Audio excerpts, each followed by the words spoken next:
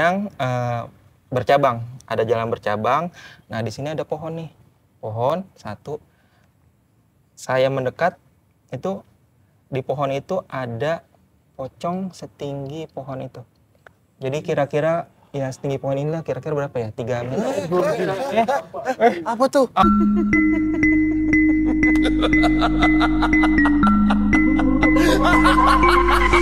Oke, kita kembali lagi di episode berikutnya ya. Ya, masih di dalam program perbincangan malam Kliwon.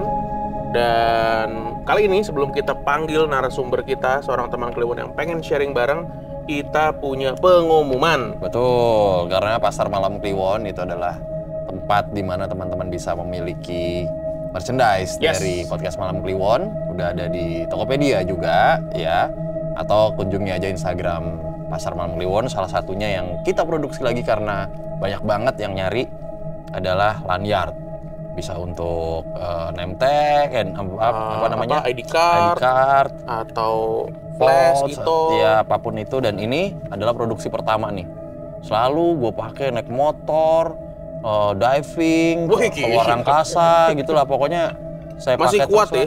Masih kuat sampai sekarang. Cuman saya ikat aja biar pendek. Oh, biar nggak terlalu ngawer-ngawer. Iya, tapi build quality-nya oke ya? Oke.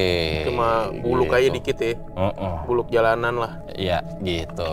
Nah, kali ini rilisnya itu ada 2 artikel. Betul. Yang pertama nih yang podcast Malam Kliwon, dan yang kedua tulisannya Teman Kliwon. Tuh, kelihatan ya? Kelihatan kan? Nah, ini bolak-balik guys. Tuh. Ada yang ada logonya, ada yang tulisannya. Iya. Yang podcast Malam Kliwon juga bolak-balik. Oke, kalau mau punya silakan langsung visit Tokopedia-nya Pasar Malam Kliwon dan lihat produk-produknya di Instagram @pasarmalamkliwon. Let's go, kita langsung cerita karena kita sudah kedatangan seorang teman Kliwon yang mau berbincang-bincang dengan kita nih di malam hari ini ya. Kita panggil aja Mas Dito. Monggo Mas Dito. Sehat Mas Dito. Sehat Mas. Sehat, Mas. Mantap. Silakan duduk. Selamat datang. Mau sambil minum apa? Teh manis Apa hangat, kopi hitam. Es teh manis hangat aja. Teh manis hangat bagaimana gimana tuh? ceritanya? Enggak apa-apa, es teh juga bisa nanti Mas Teh Dito. manis hangat, Pak. Oh iya, siap. Oke. Mas Dito, Iya. orang Jakarta Timur betul ya? Betul. Betul. Lebih tepatnya daerah Cibubur. Betul. Cibubur kan luas, jadi nggak apa-apa disebutkan saja. Iya. Karena cerita punya cerita, pengalaman yang akan diceritakan Mas Dito ini berkaitan dengan satu lokasi yang nampaknya semua orang tahu, satu. Yang kedua juga banyak terjadi cerita-cerita dari lokasi tersebut, yaitu adalah pom bensin Cibubur. Betul. Aku lagi nungguin. Betul. Apa ya yang keluar kira-kira? Pom bensin. Pom bensin. Pom bensin. Nah, di belakang pom bensin Cibubur itulah. Ya pokoknya daerah sana lah. Ya, kita sebut juga nggak apa-apa. Kalau Bumi Perta. Ya, bumi perkemahan. Itu ya Mas ya. Iya. Ini mungkin teman-teman Kliwon yang ada di Cibubur bisa berresonansi sama cerita ini ya. Nah, Monggo. silakan Mas. Betul. Ya, jadi ini tuh pengalaman kira-kira di tahun 2010 atau 2011 ya.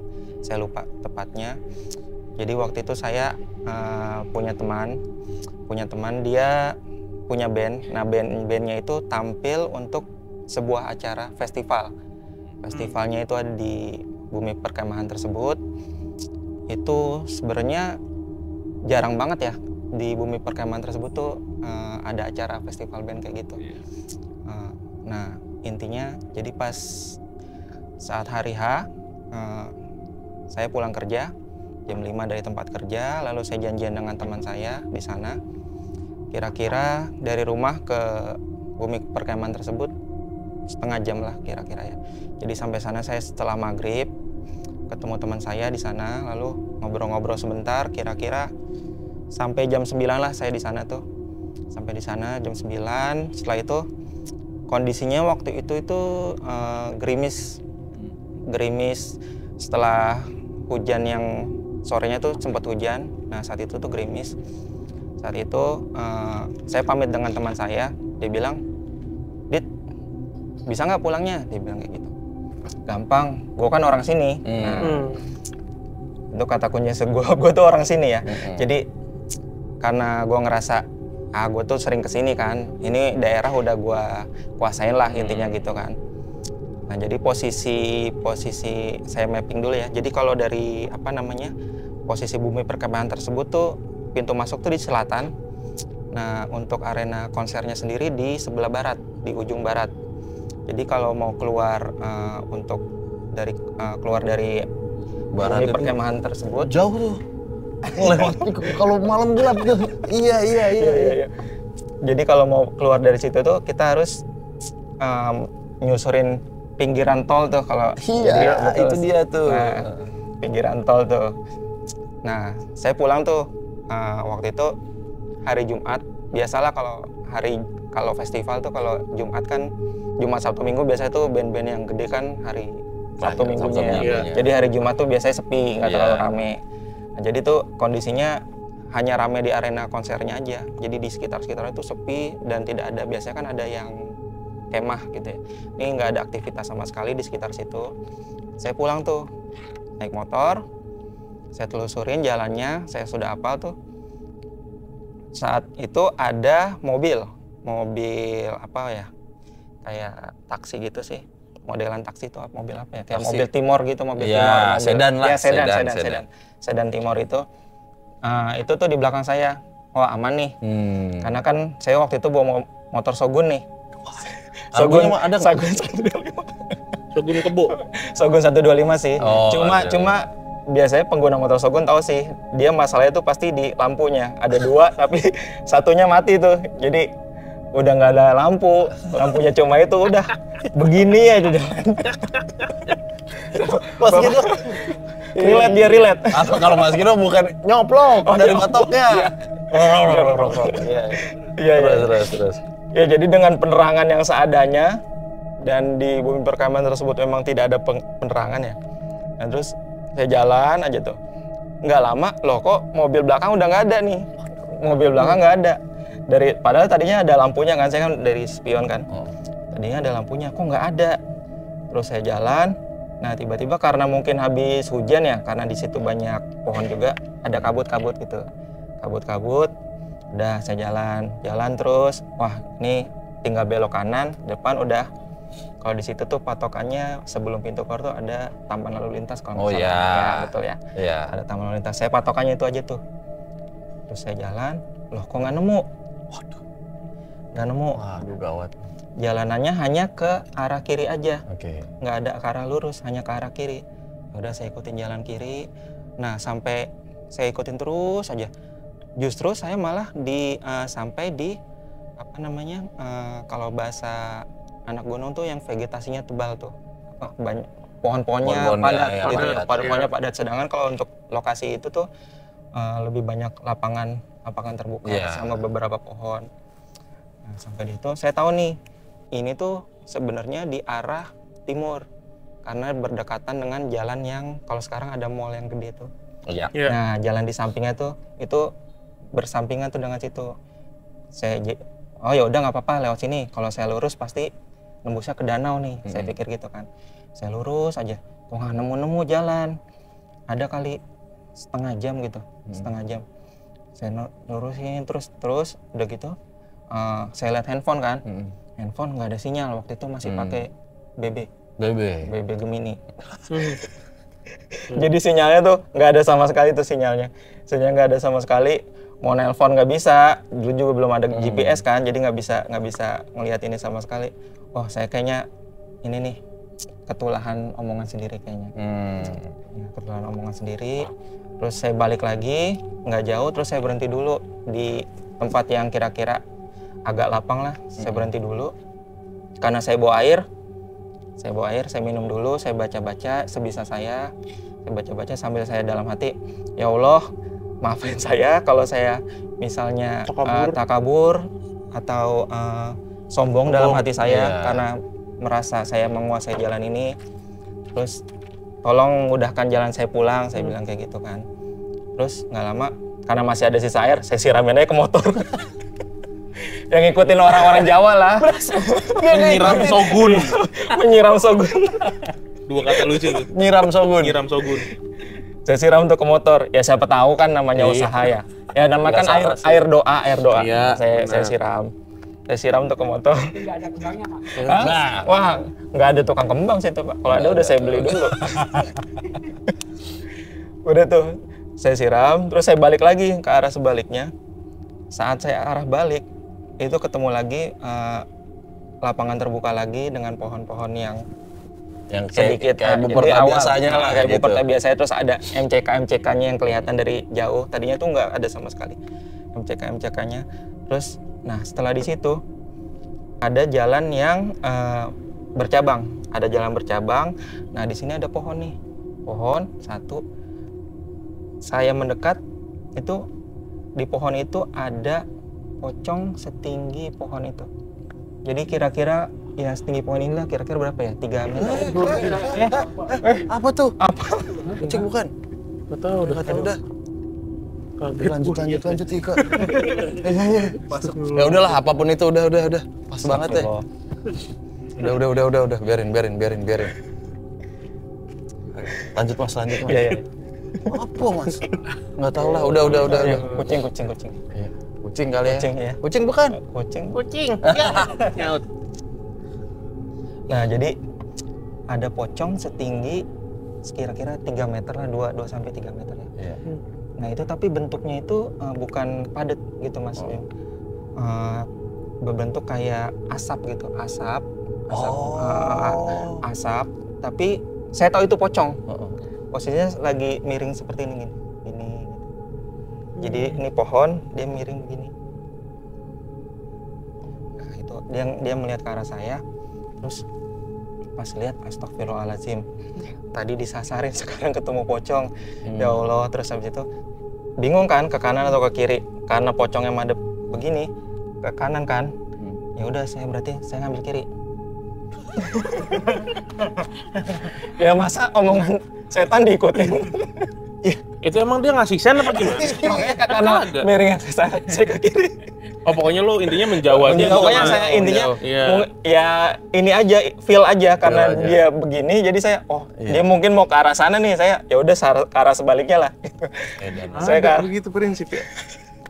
Ke arah sebaliknya, saya ke kiri tuh, ke kiri, di ujung lagi ngelihat lagi, tapi belum jelas tuh. Tapi saya tahu itu dia tuh, ada pertigaan lagi, saya ambil kiri lagi. Pokoknya saya gimana caranya menghindar dari dia sampai akhirnya ada 3 kali tuh ketemu dia.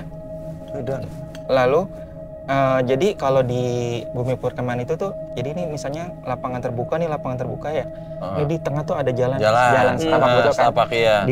Terus sampingnya tuh kayak ada selokan. Betul kan. Nah, gitu. Saya ambil jalan situ cobain, siapa tahu nggak ketemu kan. Saya ambil jalan situ, mana jalan jelek. Nah emangnya jelek gimana? Jalannya tuh jelek kan. Jalan jelek, saya jadi nggak bisa ngegas kan. Terus habis itu tepat di depan saya itu ada pocong lagi, tapi kecil dalam artian normal. Nggak tunggu kiris kayak tadi tuh. Nggak tinggi kiris. Normal. Nah dia posisinya di pohon juga. Nah tetapi dia tuh bergeraknya tuh bukan loncat mas Bim, Dano. Apa namanya? Kayak teleport. Iya, kayak set gitu. Jadi kayak pindah-pindah gitu, nggak yang loncat gitu, nggak terbang. Bentuknya juga lebih padat dibanding yang tadi yang besar itu ya. Cuma nggak padat banget gitu. Nah itu loncat-loncat, jadi kayak pindah antar pohon gitu, Ya udah tuh, saya karena dia ke kiri, saya ke kanan, sampai akhirnya itu di sebelah kanan ada portal. Jadi di jalan setapak itu kayak ada portal kecil besi gitu. Di portal kecil. Jadi kalau saya mau ngambil kanan atau kiri harus ngelewatin selokannya dulu tuh. Ngelewatin selokannya. Nah, posisi si pocong itu ada lagi di depan portal situ. Di depan portal situ. Ya udah, bismillah. Kalau emang saya ngomong gini, kalau emang mau ganggu, tolong tunjukin jalan keluar, saya bilang kayak gitu kan.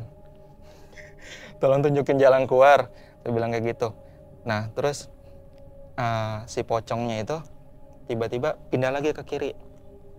kan tadi cara yang apa namanya? Saya ikutin pegang tuh kan nggak berhasil nih. Saya ikutin arah si pocong itu. Jadi lu samperin malah nih. Nggak disamperin sih, jadi posisinya agak jauh di sana. Saya di sebelah sini kan, karena kan posisinya agak jauh berapa meter gitu di depan. Saya ke kiri, terus ada lagi tuh pocong di ujung sana. Jadi dia tuh muncul di tiap ujung-ujung gitu loh mas. Di tiap pertigaan atau ujung. Lagi. Dia tuh ada lagi menampakkan diri, entah sebatas bukan loncat ya, kayak tadi yang teleport gitu. Atau sebatas cuma begini ngintip di pohon gitu, nyender di pohon gitu. Sampai akhirnya setelah beberapa kali saya ikutin yang itu, ketemulah itu jalan besar lagi, di depan itu ada, saya kelihatan tuh yang taman lalu lintas itu. Oh, akhirnya kelihatan. Nah, begitu kelihatan taman lalu lintas itu, ya udah, alhamdulillah. Wah, alhamdulillah nih. Ini berarti jalan keluar dan udah kedengeran suara mobil nih. Suara mobil dari, karena itu kan dempet sama tol ya. Suara mobil dari tol nih. Ya udah, alhamdulillah saya keluar, sampai luar pun saya coba berhenti dulu, beli minum, ya menenangkan diri dulu ya istilahnya. Tapi gua kira dari tadi udah tenang. Enggak lah. Enggak tenang sama sekali. Sogun tadi. Belum tenang juga. Udah minum dulu. Setelah minum tuh baru di luar saya mikir, ini pocong yang tadi itu sebenarnya maksudnya memberitahu saya jalan atau justru emang cuma nakut-nakutin aja sih. Karena kan pada dasarnya mereka nggak nyamperin gitu loh. Nggak nyamperin tapi hanya sekedar di ujung. Itu sih yang saya pikirin sampai sekarang mungkin. Baik apa enggak nih? Iya, ini sebenarnya tujuannya mereka tuh apa menunjukkan jalan atau memang hanya menampakkan eksistensinya atau itu mereka menunjukkan setelah saya tadi nyiram Shogun. Kayak gitu sih mas. Sebenarnya iya. Itu aja mas ceritanya? Udah. Oke. Ini ternyata judulnya niat pocong lah ibarat kata gitu. Niat pocongnya apa? Karena memang kita nggak pernah mendengar pocong itu berkomunikasi gitu ya. Genderuwo mungkin dengan suara ngebasnya bener gitu ya. Kuntilanak dengan ketawanya, siapa nih gitu. Pocong kan kalau bisa ngomong bego, sono gitu. Amit-amit, ya Allah amit-amit. Gimana lu? Kok ketemu pocong tuh nggak ngomong, ngeludah dia. Udah pocong. Gitu doang, gini doang. Udah pocong. Ngeludah di baso lagi ya. Ngeludahnya jauh mas. Jauh ngeludahnya loh. Gitu. Iya. Kayak pemain bola. Apa lagi? Apa? Ancong tuh apa mas? Yang tinggi seperti jam-jam mas. Oh ada ini. Kriteria pocong tinggi ancong-ancong. Oh ada, itu namanya ancong-ancong pak. Benar. Kali pocong Kroasia kalau tinggi begitu. Bukan. Ancong-ancong. Iya, ancong-ancong tinggi. Begitu apa tadi? Ntar main ke Mas Kino paling ancong-ancong. Ancong namanya, bukan pocong. Tapi bentuknya kayak pocong? Iya, berarti bukan pocong tuh. Kalau jalan juga begini-begini Mas Cito. Oh, Bimo, salah. Iya. Salah mention. Iya, ancong-ancong kalau kata orang Jawa, di mana itu adalah jenis pocong dengan ketinggian tertentu yang lebih tinggi dari pocong biasanya. Kalau lebih pendek incing-incing. Ancong-ancong kan gede mah. Kalau kecilnya incing-incing. Bisa di air keras buat gantungan kunci. Iya. Gitu mas. Imut ya? Iya. Hantu kok segini doang. Incing-incing. Kantongin juga kan. Tadi gue mau nanya apa ya? Sebelumnya si Mas Dito pernah ini nggak sih mas ngirim cerita ke PMK? Sebelumnya belum pernah. Belum pernah, berarti beneran nge-email kemarin? Nge-email kemarin. Memang ada beberapa cerita sih yang maksudnya Cibubur juga? Enggak di tempat kerja sebelumnya juga ada. Jadi memang apa ya, kalau saya tuh sebenarnya bukan bisa ngeliat tapi mungkin sensitif ya. Jadi terutama setelah umur 30-an tuh kalau ke tempat baru tuh yang berdiam lama ya pasti ditunjukin siapa yang menunggunya gitu. Misalnya lu main ke sini. Enggak, kalau main sini sih enggak kan ini hanya sebentar. Kayak misalnya gue pindah kerja nih. Gue pindah kerja. Nah, biasanya karena gue nempatin di situ kerja di situ lama ya. Biasanya tuh penunggunya tuh pasti kayak nunjukin gue penunggu sini gitu. Gitu sih biasanya. Iya. Apa yang paling serem Mas yang pernah lu lihat? Yang paling aneh? Selain si ancong-ancong tadi atau incing-incing? Kalau aneh sih enggak sih, cuma yang agak bikin shock itu yang terakhir di tempat kerjaku ini. Jadi kan ada ruko nih. Ruko yang sebelumnya memang ditempatin orang sebelumnya nih. Cuma memang itu tuh bangunannya agak lama ya. Bangunannya agak lama. Terus yang sebelum gue itu udah resign beberapa bulan. Jadi itu tempat kosong. Dari pas gue awal masuk tuh hawanya udah gak enak banget. Hawanya gak enak. Jadi dia 2 lantai. Gue masuk lantai 1 tuh hawanya gak enak. Pas gue mau naik ke tangga, itu ada sosok yang apa ya, kalau dibilang genderuwo bukan sih, lebih kayak model kayak orang hutan gitu, gimana sih ya? Berbulu gitu ya, kayak Chewbacca. Iya, karena kayak lebih ke hewan sih dia, kayak lebih ke hewan. Kayak hewan. Cuma hitam, itu tuh dia. Jadi ini tangga, dia berdiri di sini, karena saking gede badannya dia jadi nunduk begini. Oh iya. Jadi dia seakan-akan ngasih tahu gue tuh penunggu sini gitu. Kayak gue mau naik langsung dihalangin sama dia, dan gue gak berani sama sekali buat mendekat atau apa. Mungkin sekitar seminggu kemudian baru akhirnya coba apa ya. Biasa sih kalau kayak gitu gue ngomong sih permisi gitu, saya mau kerja di sini. Dia ngadep ke lu berarti? Iya ngadep ke gue. Kan posisi, jadi kan di atas tuh harusnya ada lampu, tapi itu lampu gelap ya. Jadi hanya cahaya dari jendela luar, tapi dia itu beneran jelas banget posisinya begini. Gini kayak saking gedenya mungkin. Tuh dia kayak, gua nggak ngomong, dia nggak ngomong, tapi dia kayak nunjukin energi yang gue penunggu sini gitu. Lu tuh orang baru, nggak boleh macam-macam di sini, kayak gitu lah. Rasanya yang gua rasain tuh. Iya. Oke. Chewbacca-nya siaran pagi nggak? Chewbacca. Internal banget. Yang tahu cuma 4 orang paling bercandaan. Anjir. Dibawa ke forum. Ciko nya nggak tahu, Ibnu juga nggak tahu. Aku yang tahu Dencil doang kali. Oke.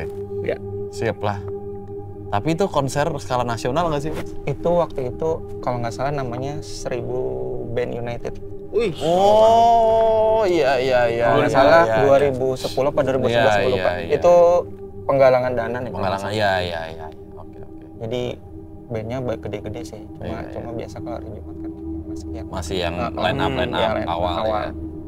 Oke. Sip, Mas Dito, terima kasih banyak. Thank you. Sudah boleh cerita di sini. Wah, mantap nih. Kita punya recall lagi tentang Shogun ya. Udah. Shogun. Sama jalanan Cibubur ya. Iya. Yang sekarang udah ada mall. Siap. Ya, oke. Terima kasih teman Kliwon, jangan lupa ya. Ini lanyard mana tadi? No. Ini, Bro. Oh. Silahkan dipilih-pilih dulu. Langsung check out di Pasar Malam Kliwon. Kita ketemu lagi di perbincangan berikutnya. Dadah.